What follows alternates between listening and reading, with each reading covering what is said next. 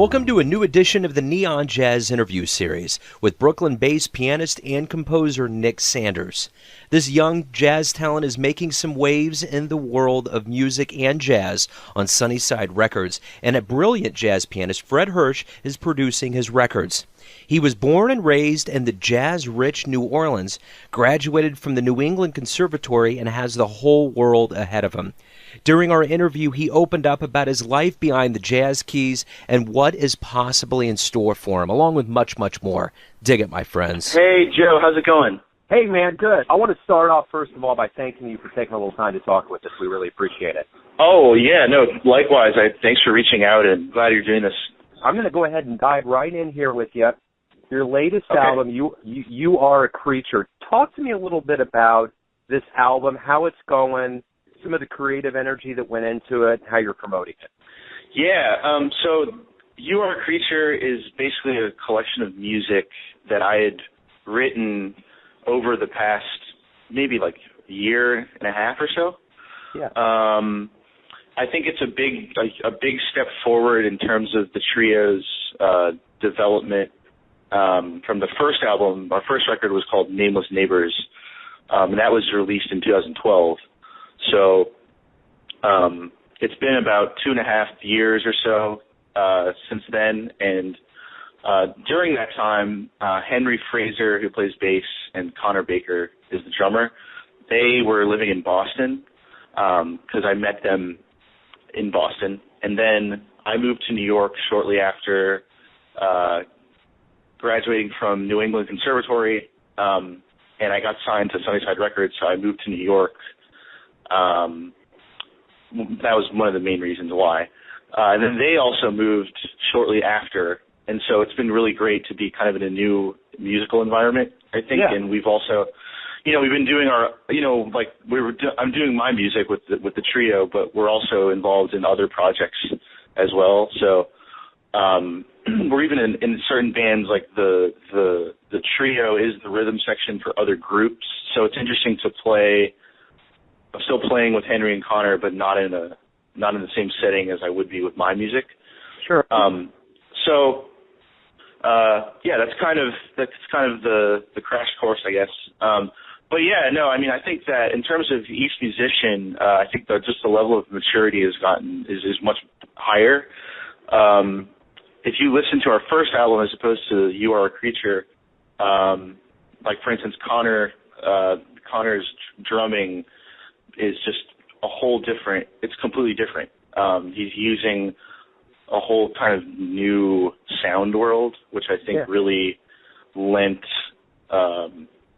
It just helped the creative aspect of it even more, and it was almost easier to kind of think of new ideas and create new music. So, and also at that time, Henry had just got a new bass. I just remember that. Nice. So that was great. That was good for him, because he'd been wanting to get a new instrument. So that really helped him kind of stretch out and do his thing. And just really the whole thing was really comfortable. And working with Fred Hersch again and James Farber that was the first time I've worked with James because he did the sound. And I think that having them in the studio was just an amazing experience and made it really it made the music just breathe really easily, and just the whole project was really smooth. So yeah, great. There's no way it couldn't be with those kinds of minds there, looking after everything for sure. Let me ask you this: with Nameless Neighbors, it was your first one out of the gate. Was that kind of a good blast-off point for you? Did you get some jitters out? Because you said you were more comfortable with this release. What was your thought on that? It was actually the first record was really interesting experience for me, just on so many levels. I mean, I maybe about a year or so prior to releasing Nameless Neighbors and kind of and actually just starting to work on the material of that record. I felt like personally I had really come into my own place, like having my own voice, and like I think I recognized that, which was a really good place to be, a good place, because I felt very confident in the music, and also, I mean, I had just basically started playing with Henry and Connor like fairly recently before that, and all the new music that I was writing for my first album, I was kind of playing with them, and it was great because it was a very collective thing. You know, I mean, I write all the music, but it's on Nameless Neighbors as on You Are a Creature, there's tons of input from the rhythm section, you know, from Henry and Connor, that really helped me. It's not like every single idea was mine. Like, it was very open, kind of like an open forum, and we could kind of bounce ideas back and forth off of each other. So it was really great. But going back to the question specifically, I definitely felt that I needed to get this music out. And then once that happened, it was great because then it just kind of inspired me to work harder and write more music and try to really expand on what we had started, you know. So absolutely. Well, let's go back to the beginning of your lineage in your life. You were born and raised in New Orleans. Is it kind of a given that jazz was going to be a part of your life with that kind of environment? Yeah, I think that's a really good question. It's something that I've definitely thought about a lot. I think growing up in New Orleans, I don't think it's a given. I certainly don't think, in terms of, like, you know, if you're from New Orleans, then you're just instantly going to be, and you play music, then you're just instantly going to be a jazz musician. Right. I don't think that's necessarily, but no, I mean, like, for me, when I started playing piano when I was 7 years old. I was heavily classically trained. My second grade teacher put on a play called Of Mice and Mozart, and I got exposed to, more heavily than I had before, like Mozart's music and Beethoven and just other classical composers. So I really started getting into that, and I didn't even really start playing improvised music of any kind until I was probably about 16 or 17 years old. Yeah. But, you know, growing up in New Orleans and, you know, going to, you know, the French Quarter or going to parades, and then also I went to the New Orleans Center for Creative Arts in high school, which was also a big influence. Actually there I studied classical music, and then my last year I studied jazz, the last 2 years. So anyway, but yeah, I think that, you know, in terms of a reflection of New Orleans in my music, I don't necessarily think that a lot of people that would hear my music would be like, oh, like, he's from New Orleans, definitely, and he has like a New Orleans like sound, you know. Sure. I kind of I take influences from everything in my life. I mean, my mom was from Cuba, okay, and she used to play for me tons of, you know, recordings of like Buena Vista Social Club and, you know, just other like Latin music. And I don't think that, you know, again, if people were hearing my music, I don't think they would necessarily think it was that either. So it's like, you know, but I think in terms of getting into improvising, I think New Orleans is a great place to be. Absolutely. Because, you know, it is the so-called birthplace of jazz. And, you know, I don't know, but I probably might not have necessarily started playing improvised music if it wasn't for living in New Orleans. So, sure. And in that sense, I am very grateful, and I love New Orleans. So are there any musicians or any albums that really kind of swayed you into a jazz persuasion? Yes. Yes. Let's see. I would have to say Thelonious Monk, there was these series of like solo piano recordings that he had recorded that I had checked out in high school, which was awesome. Like Alone in San Francisco, and then the solo record he did. I think it was recorded in Paris, but I think the record is called Solo Monk or something. Yeah. That was great. Another one was Bill Evans. Portraits in Jazz was like a huge. I just fell in love with it completely. I was just like, this is amazing. It's so great. That was a big one. And then Coltrane, A Love Supreme. I remember hearing that really. I think that honestly that was like the kind of aha moment for me when I was listening. Because at the time when I was in New Orleans when I heard that record, I was in the classical music department. And I remember when I heard that, I sat down and listened to the whole thing through. And I was just like, this is incredible. Like the type of energy being that I heard in the music was really a different kind of energy than from playing classical music. Yeah. And I think they totally, both of those kinds of music, they can have in their own right, can have extremely emotional or playful or, the list goes on of things that each music can convey. Yeah. But for me, Coltrane, Love Supreme was really a big one for me. And then Ornette Coleman, The Shape of Jazz to Come was also another record that I really loved. And that album actually doesn't even have piano on it. Yeah. And I thought it was great. I think it influenced me just as much as any other, kind of music or album that I've heard. So those would be a very small few. Of course, Miles Davis, but Kind of Blue, and the second quintet albums with Herbie Hancock and Ron Carter and Tony Williams were also really, really great. So yeah. Those are a few.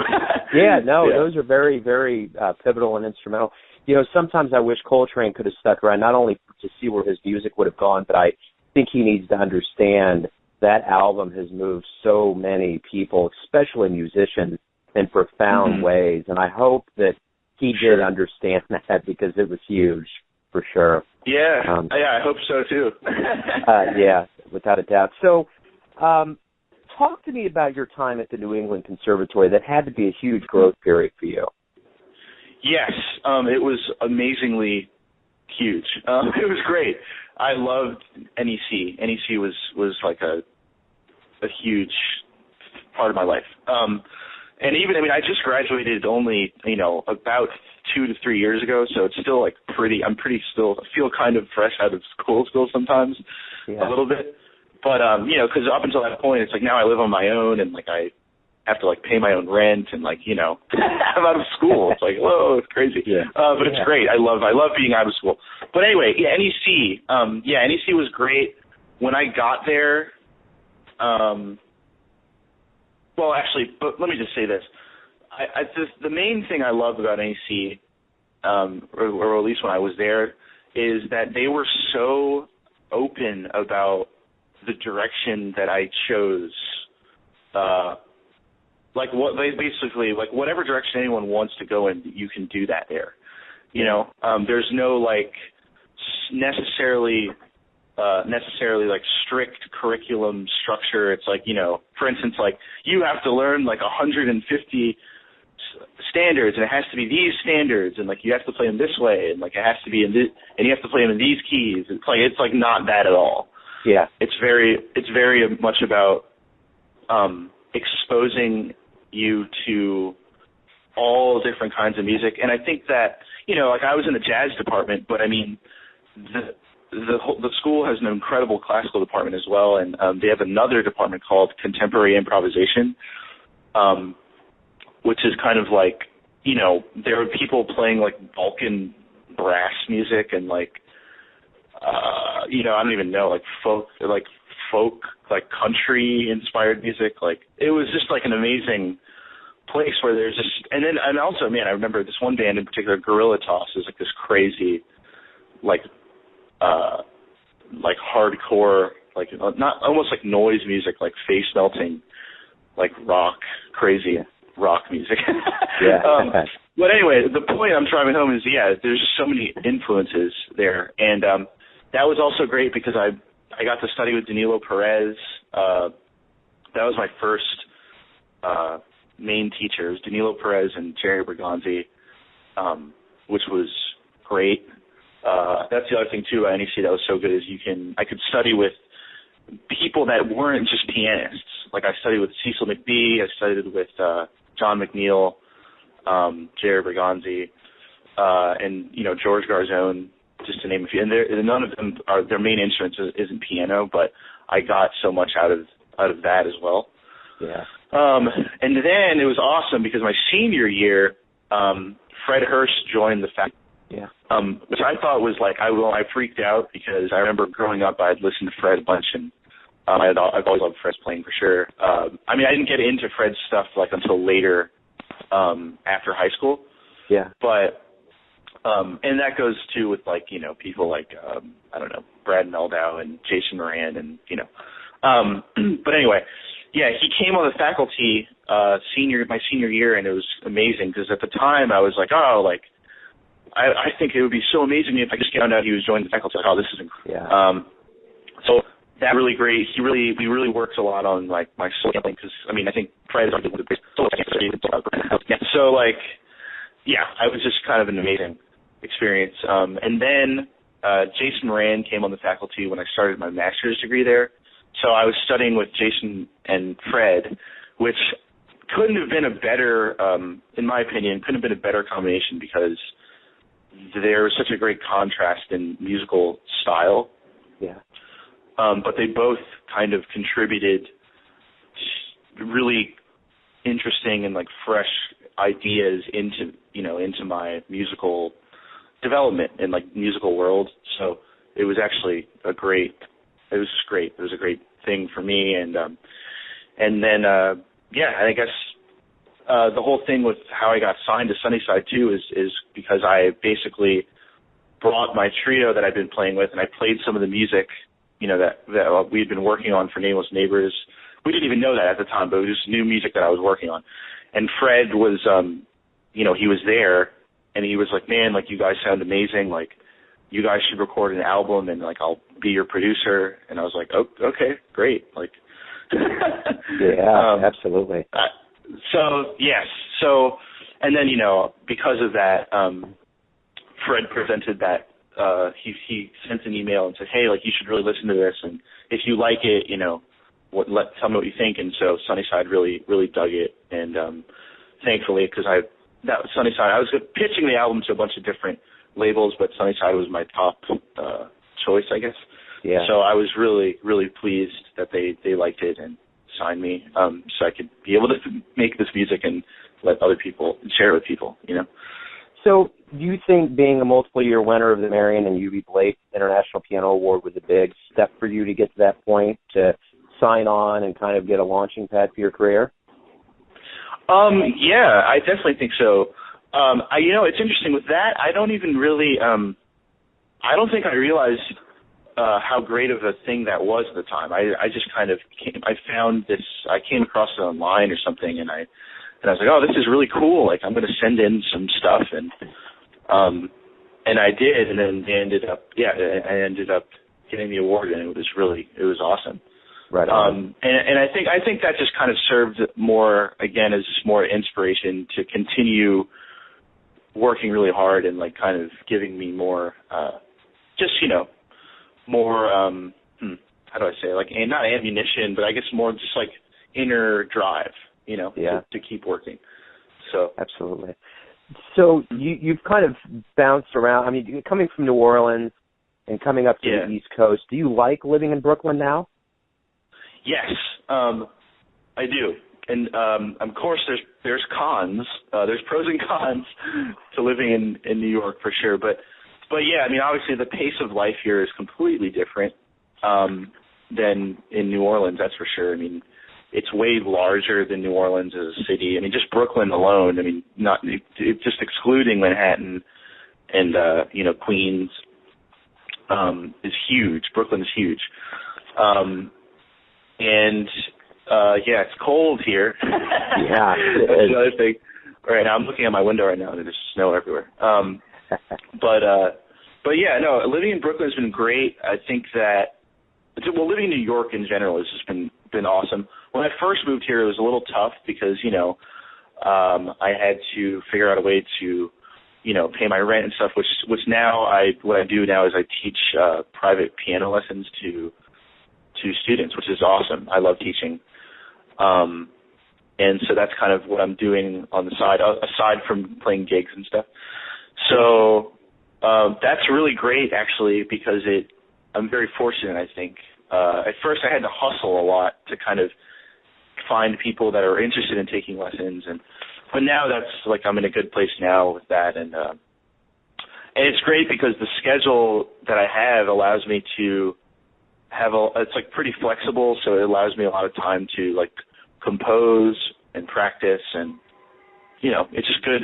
I think it's also just good for my state of mind. I don't get too stressed out because I think inherently living in New York can be pretty stressful. Yeah. It's just so crazy, and people are constantly moving and going around all the time. And I don't have a car. Like most people don't have a car, so we all take the subway, and it just takes a lot of. It's like there's just a lot more energy that you have to expend to like get to places and et cetera. So, but I love living in New York, and Brooklyn especially is great. There's tons of really good places to eat, and a lot of jazz musicians, and not only jazz musicians, just musicians in general, live here in Brooklyn. So I've been able to kind of connect with a lot of different musicians from like different scenes of music. Like right now, I do my music with my trio, but I'm also in like some hip hop bands and doing some hip hop projects, which is actually a blast and like super fun. So yeah, and just other kinds of music too. So it's great. Yeah, absolutely. That's cool. So you kind of touched on Fred, working with Fred. What is that like? I mean, going from being a fan of his to getting educated and to him being a producer for you. Talk to me a little bit about him. I first met Fred. I was a senior at NEC. I was my last year in undergrad. And I remember going in to my first lesson I ever had with him. Because, we had just found out that he was teaching, and, I was like, oh, I'd like to be in Fred Hersch's studio. And so I think all the pianists actually that were at NEC, or most of them, were able to study with him, but especially because I was a senior, I think I had some sort of like priority because I was my last year. Well, I mean, I did do my master's, but at the time I didn't know I was going to do that. So anyway, it was great. I went into my first lesson. I was super nervous because, Fred has also been known as like an amazing teacher as well. Like he had taught Brad Meldau and like Ethan Iverson and, I mean, you can probably like even, I think Aaron Parks too. Danilo Perez actually worked with Aaron Parks. I'm pretty sure about that. But anyway, I mean, it's just the amount of great pianists that he's influenced was kind of intimidating. Yeah, sure. In a sense. So, and I didn't really know anything about him. Like, I didn't know if he was going to be like really mean or like really intense or whatever. And so, I went in and I just played a few tunes, and he was really, really relaxed the whole time and like very real. He was very real towards me. And not in a bad way, though. It was like really great. Like he was very complimentary. But then like he, of my playing, and he's, said a lot of really nice things. But then he would also say, hey, here's like something you can work on. But he was very like, he seemed to care a lot, which makes a difference when you're working with someone. And especially someone like him, I was just so thrilled that he was he was very invested and like really seemed to want the best for each person, that he worked with. So, but the thing is like I had only played solo piano for him in lessons. And then when I started doing my master's degree, I was actually thinking about coming to Manhattan School of Music, but I stayed at NEC because Fred was going to stay there. And Jason Moran had just left MSM and came over to NEC. And they had also given me a full scholarship. So I was like, okay, like I'll just, stay another 2 years and like just keep getting better, before moving on. But then I guess Fred had known me, then for about 2 or 3 years. And then I think it was like my last semester in graduate school where it was the first time when he actually heard me play my own music with a piano trio setting. And he was like, wow, like this is great. Like this is he was always very, like, he liked my solo playing a lot, and I had played a few of my tunes solo piano, but here, when he heard me with my trio, he was like, this is really, he had never heard it before, so he was, like, really into it, I guess, and so that's kind of what happened. Right on. Now that your career's taking off, a lot of things are happening, is there anybody on your list that you would really like to play with? That's a good question. I don't know. I'm just like, I don't think so. I have no one in particular. I mean, I'm just down to play with anyone that's, like, really enthusiastic, and if I like the music, and I'm not necessarily too concerned with playing in any one specific thing or not. I would love to do that if the opportunity presents itself, of course, and I'm into the music and it's cool. But no, I'm very focused on my own music right now, and just doing my own projects. Absolutely. But I would love to. Yeah, I mean, certain people, like, I do love playing with George Garzone. I used to play in New York, actually, when I was going to school in Boston, but I played a lot with George in New York at that time. Yeah. In his band, and that was always a blast because, like, I knew him personally, and, like, he was one of my teachers, so that was really cool. But yeah, I don't know. I can't really think of anyone in particular, though, that I would be like really dying to play with. I just think that I'm down to play with anyone as long as, they have, like, a good attitude, and, like, the music is good, and, they want to, like, work together to create something really, really good. Yeah, absolutely. What's the greatest thing about waking up every day for you? That's a great question. The greatest thing about waking up for me is definitely the fact that I know that I can continue to write music and create art, I guess, essentially. Yeah. And that people are supporting me, and I have people that are helping me to do that, and that are supportive, and it's that, I think. And also, I love teaching. I love what I do also with teaching. So I'm just very fortunate to be able to, make a living and be extremely happy by doing what I love to do. Absolutely. More than anything in the world. Yeah, cool. So that's, I always try to keep that in mind, too. Yeah. Whenever, something like that, or have, like, a not the greatest day, it's like, I'm extremely thankful. So if you could get into a time machine and travel back in time and meet any jazz musician, who would it be? Who would it be, and what would you want to talk to them about? Oh, man, that's such a hard question. I've thought about this one. I've thought about this question. Oh, man. I guess I would have to be... Does it have to be just one? It could be a group. Okay. Okay. Then it would have to be... I would go back, and definitely I would like to see Thelonious Monk and talk to him if I could. Yeah. That would be really cool. I would like to, especially with Monk, I would love to ask him about and hear from him, from his own mouth, basically, what, how he views composition. And, like a lot of the music that he wrote, was it something that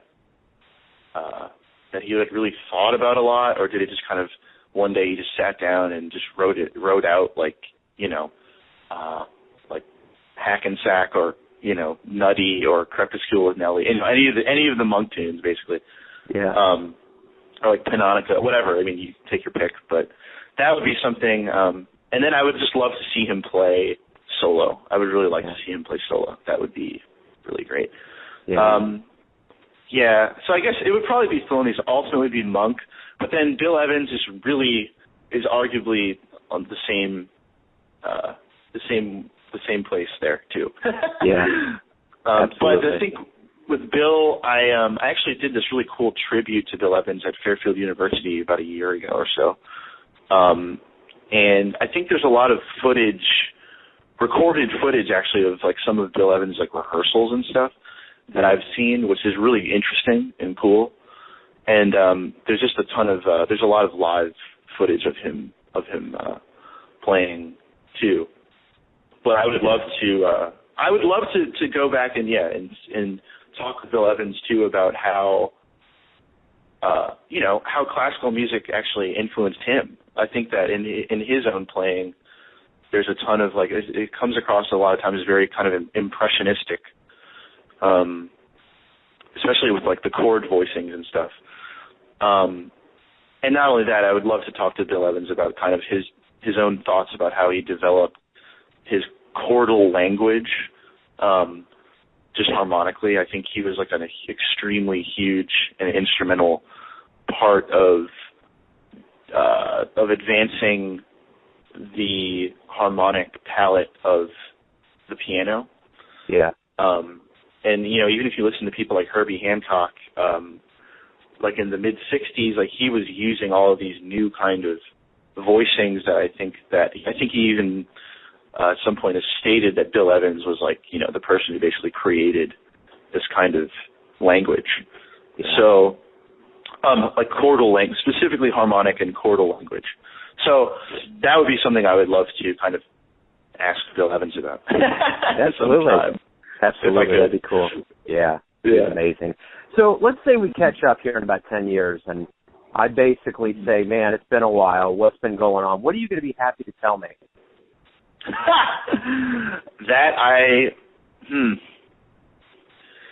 I just would like to say that I don't know, because I don't know what that's going to be like in 10 years. But yeah, I understand the question. I think I would say, Joe, I'm doing good. I'm doing very well, and I'm happy to say that I'm still doing the same thing that I was doing 10 years ago. And except that my music has been able to reach more people, and I've had more opportunities to play my music for different audiences, and that I've created more music or done some different projects. And as far as I'm concerned, in some ways I'm already living my dream, but I really want to continue to expand on that and just work really hard and try to create the best music I can. Sure. So, what's the last jazz album you listened to? You spun maybe multiple times. I guess, the one that I was really into recently was the Avant-Garde. It's with John Coltrane and Don Cherry. Yeah. Ed Blackwell. It's basically Ornette Coleman's like rhythm section plus Don Cherry and John Coltrane. Yeah. And actually, there's a track on "You Are a Creature" called "The Blessing." It's the last track. Yeah. Which is an Ornette Coleman tune, which I decided to play because I love that tune, and they play that. The recording of that particular tune on the Avant-Garde is really great. So that's kind of one of the last albums I've been checking out. Jazz albums, I guess, recently. Yeah, cool. So I'm going to end this with a question that is going to be a short answer, but it's going to pack a lot into it. And I want you to define who you are in the length of a tweet. Okay. Tell me who you are. Like if someone wanted to say, what's Nick's story? Who is this guy? And you can say, bam, this is it. Well, I would just say I'm a human being living on this earth, just trying to do what I love to do and to be happy. I don't like to make comparisons. I never think of myself in relation to anyone else. I try to refuse to measure myself as part of anything in particular. And I just, want to be happy and create music that people will love. And, and I think my music is a reflection of me. And it's kind of like what I live for and what I love to do. So I guess That's all I it. would say.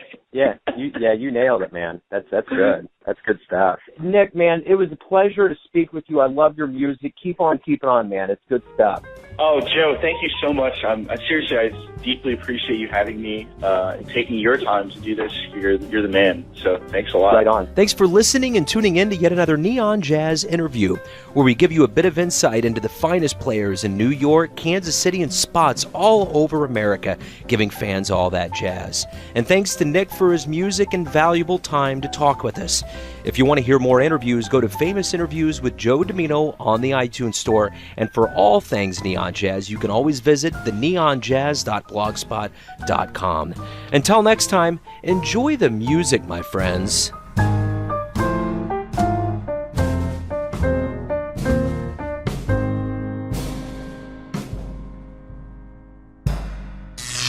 Neon Jazz.